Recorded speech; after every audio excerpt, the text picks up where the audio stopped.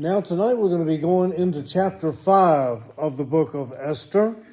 Esther chapter 5, and we're going to be talking about Esther's intercession for Mordecai and for Israel, and also Haman's haughtiness, or the pride that Haman was overpossessed with. Next week we're going to find out what came from that as we get into chapter 6. But I wanted to share with you tonight some thoughts from chapter 5 and pick up where we left off last week. Now you remember that out of the 400 maidens that were chosen throughout the kingdom of 127 providences, Esther, a little Jewish girl, was taken to be the queen with Artaxerxes, and so as she served in that capacity, Mordecai overheard that there was going to be an assassination on the emperor, on the king. And so he let Esther know, and Esther then told Artaxerxes about it, and it was written up in the Chronicles of the Persian Empire and stored away. Now that'll be important as we come around to the next few chapters, so keep that part in mind. Esther was chosen out of over 400 girls estimated to be the queen. So come to find out,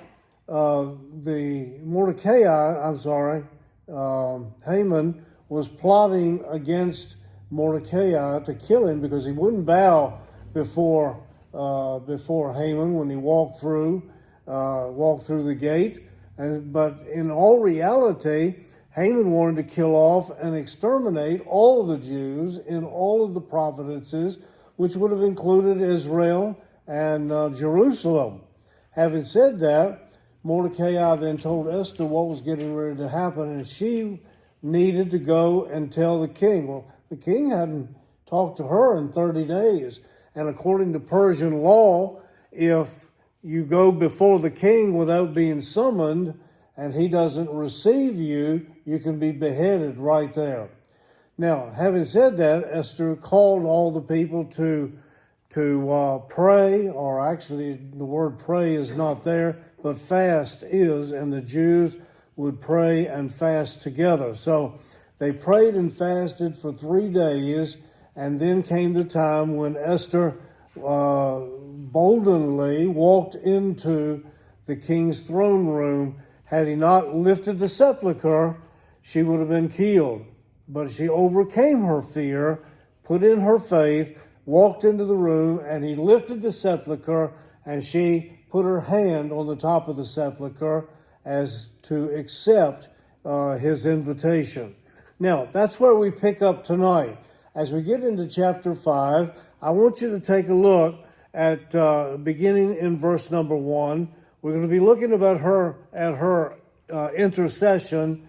Now, we sometimes use the word Ahasuerus. Ahasuerus was his Persian name. Artaxerxes was his Greek name. And so I'll use those interchangeably. Having said that, Esther followed through on the commitment that she had made to Mordecai, because Mordecai had said, if you don't do it, it's going to get done, but you and your family are going to miss the blessing. And you'll be guilty before God not having done what you should have done. And he actually made a tremendous statement. He said, it may be for just such a time as this that you were brought to this place. Now, having said that, on the third day of the feast, or the fast, she presented herself to the king and set in motion a flurry of events that God providentially used to accomplish his perfect will. Remember back in Genesis chapter 12, he had made a promise to Abraham that anybody would bless Abraham would be blessed, and those that would curse Abraham would be cursed, and that in Abraham's name all the nations of the world would be blessed. And so he also promised him that if he would keep the word, if he would keep the promise, that God would bless him and take care of him. And this is a time when Israel is in trouble, and God has already committed himself to making sure that Israel would never be destroyed.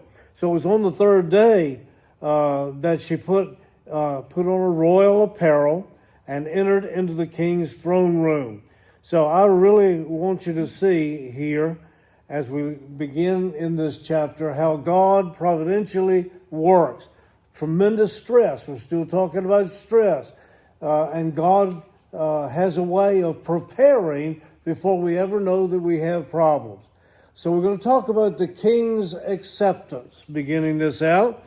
The king's acceptance of Esther in verses 1, 2, and 3 of chapter 5. The king's acceptance. Now, let's take a look at verse 1. He says in verse 1, "It came to pass on the third day that Esther put on her royal apparel and stood in the inner court of the king's house, over against the king's house. And the king sat upon his royal throne in the royal house over against the gate of the house. And it was so, when the king saw Esther the queen standing in the court, that she obtained favor in his sight. And the king held out to Esther the golden sepulchre that was in his hand. So Esther drew near and touched the top of the sepulchre, and said to the king unto her, What wilt thou, Queen Esther? Or what do you want? He said, And what is your request? It shall even be given to thee up to half of my kingdom. That's an interesting offer, is it not? But Esther threw caution to the wind and put her life on the line. No doubt the Lord held the king's heart in his hand and turned it, because he hadn't even called the queen into the court for the last 30 days before this. We don't know why, but that's been the truth. So Ahasuerus extended to Esther the golden sepulchre in verse number 2, and she then stepped forward to touch the top of the sepulchre, which was an accepting gratitude, or showing her gratitude to the king's gracious reception. And his response to her pictures, I believe, as I've read this a number of times, is a great picture of God's gracious acceptance of sinners. We have no merit to grant our access into the presence of God.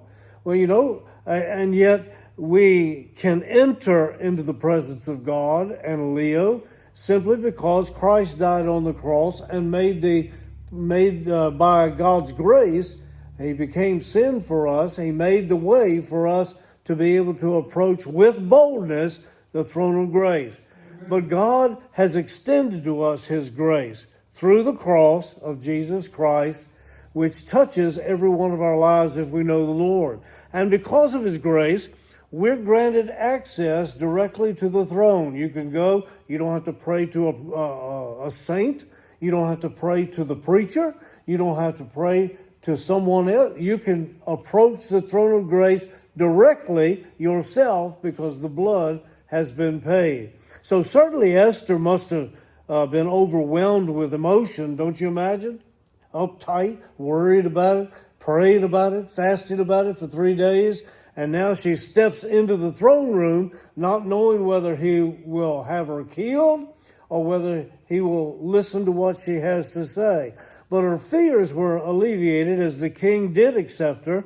Not only did the king accept her into his presence, but he also offered to grant her any request she made, up to 1/2 of his kingdom. Now, we see that in verse 3. Assuming that the matter must be very urgent, must be very important, for Esther to risk her life like that, the king was eager to meet with her and hear what it was that was on her heart, because he knew Persian law required that he accept her or reject her. Now we come to Esther's appeal. Esther's appeal in verse 4 through 8. This is what she said, beginning in verse number 4. We find this. In verse 4, Esther answered, If it seem good unto the king, let the king and Haman come this day unto a banquet that I have prepared for him. Then the king said, Cause Haman to make haste, that he may do as Esther hath said. So the king and Haman came to the banquet that Esther had prepared. And the king said unto Esther at the banquet of wine, what is thy petition? What is it that you want? And it shall be granted thee. And what is thy request? Even to half of the kingdom it shall be performed. Then answered Esther and said, my petition and my request is, if I have found favor in the sight of the king, and if it please the king to grant my petition and to perform my request, let the king and Haman come to the banquet that I shall prepare for them, and I will do tomorrow as the king hath said. All right, now what is he talking about? Apparently, during her days of fasting, no doubt she had in mind what she was wanting to do. And Esther had planned her approach to the king concerning the matter, and she requested that the king's presence be at her private banquet, and asked that Haman, remember Haman is now second man in the Persian Empire, asked that Haman also join them. And for reasons known only to Esther, don't know why, she determined that the first banquet was not going to be the best time to present her request to the king. Some believe that she tempted fate by postponing her request. Other people have suggested that she didn't believe that she had sufficient influence with the king at the first banquet to be able to put out what she wanted him to do, so she didn't want to push her luck, and invited them back to another banquet the next day. Regardless of what Esther may have had in her mind and what she was thinking, God had a purpose in the delay, and I want you to see what it is. And that purpose became obvious the next day when she invited them back again for another banquet. For the time being, Esther could sleep in peace because she had got the going in front of the king over with, and she didn't get killed, so she could sleep in peace. She had faced her fear, she had acted in faith, and she discovered that God was faithful even in the things that scare us the most. And so too, we find in our times of stress and difficulty that when we face that fear, we do so with faith, and God comes through and answers those prayers. It makes it a whole lot easier the next time to trust God for the same thing. So she would very soon discover how true all of that is as far as God is concerned. God is going to be faithful in ways that she can't even conceive. Now, we want to move along, and I want you to understand as we study this particular passage that of all the sins men and women have struggled against, pride is the greatest of those sins. Pride is the sin that caused Lucifer to be cast out of heaven. Pride is the sin that brought Eve and Adam into sin in the Garden of Eden. Pride is the worst. It is the center of all of the sins. And pride produces rebellion in humankind, just as it did with Lucifer, with the tempter, when man fell. Pride is the desire to be independent from God, for independence from God, self-determination, and self-exaltation. We exalt ourselves and want to be separate from God's will for our life. Pride is basic to the natural man, and it causes a battle in man against the old nature and the new nature. But pride is no match for God. I want you to understand this. We're getting ready to learn that pride is no match for God. Those who trust in God don't need to fear the power and the position and the purpose of any prideful man. Now, the story of Esther includes the illustration of a very proud man, and his name is Haman. Haman is a very proud man and goes against everything God would want him to do. He was the enemy of the Jews. In verse 10 of the previous chapter, it tells us that he hated the Jews. So he had an ongoing personal conflict with one Jew in particular whose name was Mordecai, and a vengeful prejudice against the entire Jewish nation in all 127 provinces of Persia. And he planned the destruction of the entire nation, genocide, wipe them out. And Esther determined to take a stand and intercede on behalf of her people. And she gained an audience with the king, as we've already read. And beginning in verse number 9 in chapter 5, Haman's character becomes the central theme. And in this section, we're going to watch how God accomplishes two things. As we get into this, he accomplishes the deliverance of his own people through Mordecai and all the Jews, and the destruction of Haman. Now, up on the screen, you'll notice something that I've put up there, so you've got plenty of time to take a look at it. These are biblical examples of humbling the proud. As you take a look at all four of these, you find that there are four major nations, in addition to selected individuals in those nations, that the Bible talks about God overcoming the pride of the nation and the pride of the person in the nation in the Old Testament era. You notice the first one. You remember from Exodus chapter 5 through chapter 14, we have the story of Pharaoh, who wouldn't let the children of Israel go. So this is the pride of Egypt. And then we read about Sennacherib and Assyria in 2 Chronicles chapter 32. This, of course, is another prideful situation, how God intervened. Then we read in the book of Daniel chapter 4 and chapter 5, we read about Nebuchadnezzar and Belshazzar, who were the leaders of Babylon, and how God then overcame the pride of Nebuchadnezzar, who ended up eating grass in the field like a beast, you'll remember. Followed by, of course, the stories we're studying now of Haman and the Persian Empire, which takes up the entire book of Esther. Now, these examples remind us that all the kingdoms of the world are accountable to God, whether it's Egypt or whether it's Assyria or whether it's Babylon or Persia, mightiest nations that have ever existed, they're still accountable to God. Whether they're willing to acknowledge God or not, God is still going to judge them for their pride, especially as it relates to their treatment of God's chosen people, the Jews.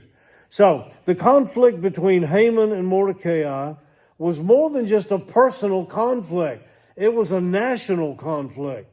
He was using Mordecai as a reason for it, but he hated all the Jews throughout the Persian Empire.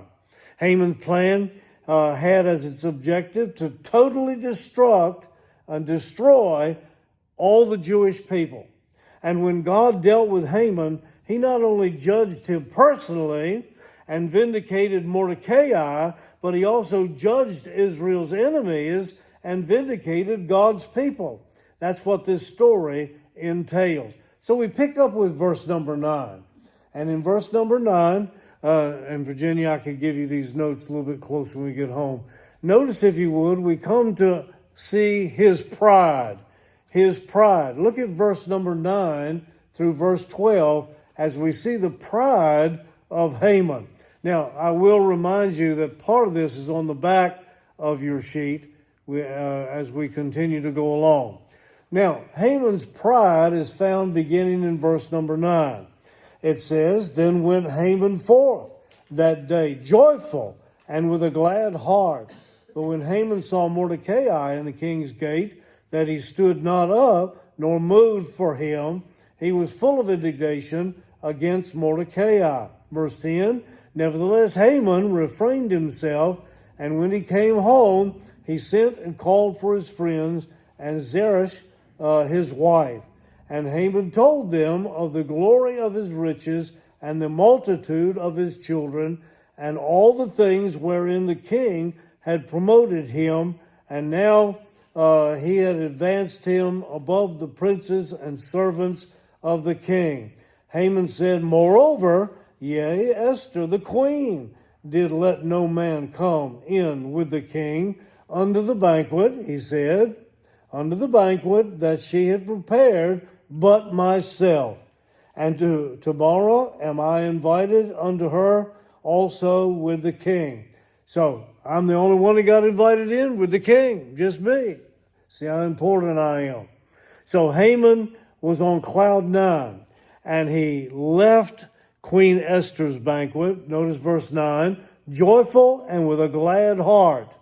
And he had eaten with the king, with the queen, and had been invited back to join them the next day.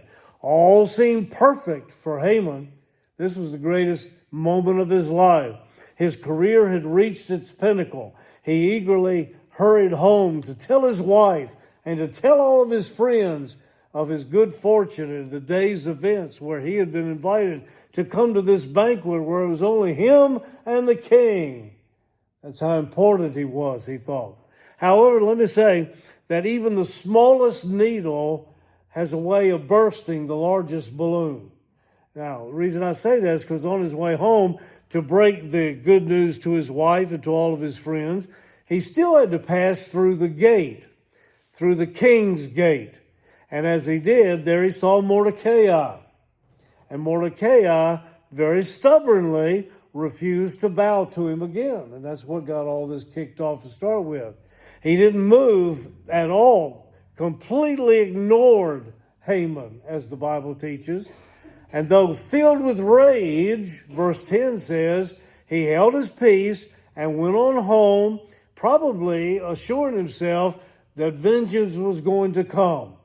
And so he could take his time and not create problems at that particular moment. So Haman arrived at home and threw himself a bragging party, verse 10, 11, and 12. He was rich. He was powerful. He had many sons, 10 to be exact, by the way, and that was bragging for him. Now, in many cases in the ancient world, including in Persia, I might say, people considered that if they had many children, that they were people of great honor. So to them, not only skill and bravery in battle proved their greatness, their manliness, but how many children they had proved that they were virile masculinity. And so Haman had everything that he could possibly want. And now he'd been granted the privilege of dining privately with the king and with the queen. So he went home and he bragged to everybody. Now take a look at Haman's prejudice. Not only his pride, but we notice in verse 13, his prejudice, verse 13. In verse 13, the Bible says, yet all this availeth me nothing, so long as I see Mordecai, the Jew, sitting in the king's gate. So Haman enjoyed bragging about his riches, bragging about his privileges, bragging his privileged position, bragging about his statue of his family within all the kingdom of Persia. But all those blessings counted for nothing as long as Mordecai continued to sit in the king's gate and mock him by not bowing before him. Mordecai's existence was the only barrier to Haman's complete satisfaction. He could never be satisfied as long as Mordecai was still alive. But it went deeper than one single Jew. Mordecai was just one Jew, but Haman, verse 10, in the previous chapters, Haman hated the Jews, every one of them. Mordecai was a thorn in his flesh, but his prejudice and his anger ran deep, not just for one single Jew, but for every Jew. And it spread beneath the surface of his heart, just like a cancer spreading through the cells of the body, contaminating everything that it touched. His prejudice contaminated everything from his attitude to his life. He could never be happy as long as there was still a Jew in Persia. Like a pawn in the hand of a skilled chess player, Haman was the front man for this adversity. So what was his plan? we come to Haman's plan in verse number 14. We've seen his prejudice. He just couldn't be happy. And now we come and take a note in verse 14 of his plan. His plan. In verse 14, the Bible says, Then said Zeresh, his wife, and all of his friends unto him, Let a gallows be made 50 cubits high.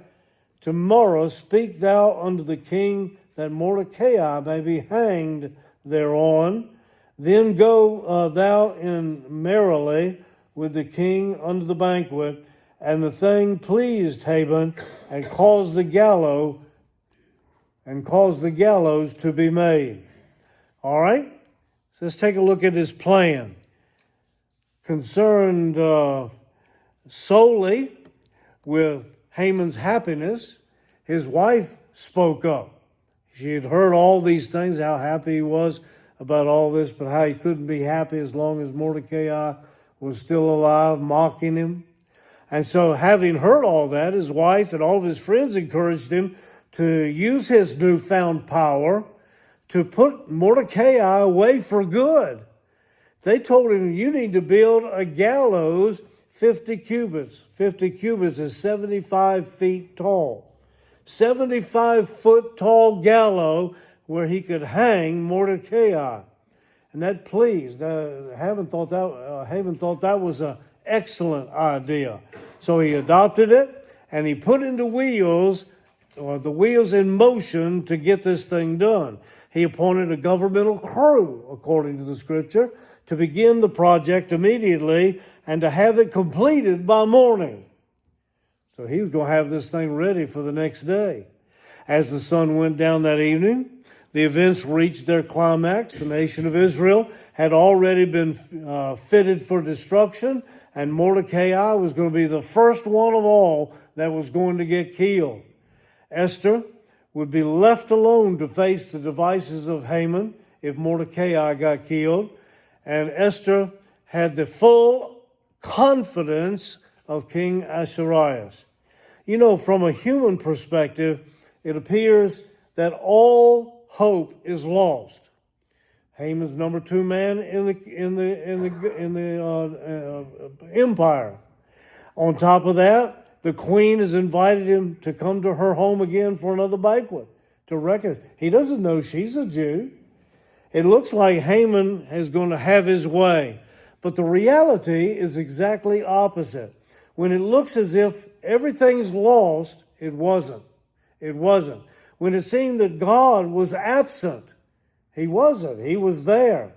In fact, he had been there all along, working everything out according to his timetable and not Mordecai's timetable or Esther's timetable. When we get back together again, we're going to be looking at chapter 6 and 7.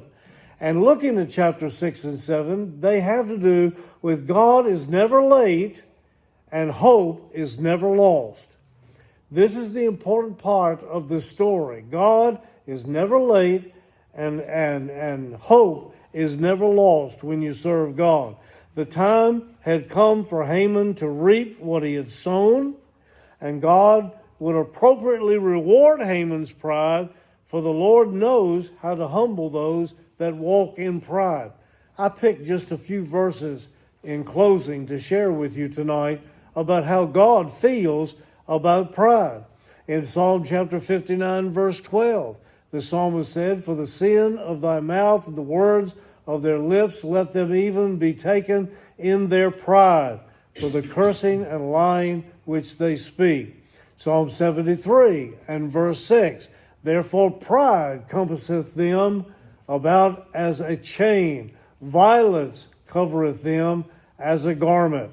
Again, Psalm 94 verse 2, Lift up thyself, thy judge of the earth, render a reward to the proud. And in Proverbs, Solomon writes, The Lord will destroy the house of the proud, and he'll establish the border of the widow. Proverbs 15 and verse 25. How about Proverbs 16, verse 5? Everyone that is proud in heart is an abomination to the Lord. Though hand join in hand, he shall not be unpunished. Proverbs 16, verse 18 and 19.